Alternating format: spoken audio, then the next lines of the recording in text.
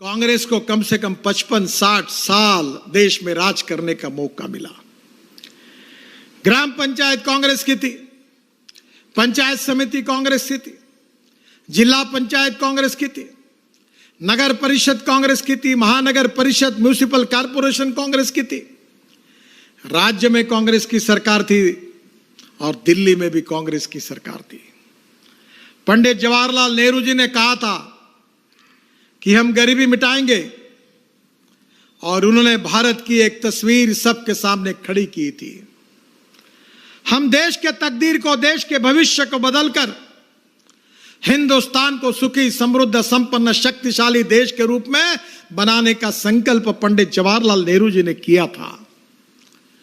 उन्होंने रशिया का socialist communist economic model Bharat के विकास के लिए सिलेक्ट किया था। नेहरू जी आए, नेहरू जी की राज्य लगातार घोषणाएं हुई, नेहरू जी चले गए, फिर इंदिरा जी आई, उन्होंने 20 कलमी, 40 कलमी, 5 कलमी कार्यक्रमों की घोषणा हुई, गरीबी हटाओ का नारा दिया गया, फिर इंदिरा जी भी चली गई। आम देश के गांव, गरीब मजदूर किसानों की गरीबी नहीं हटी। काम करने वाला, रास्ते पर काम करने वाला गरीब व्यक्ति, उसकी गरीबी दूर नहीं हुई।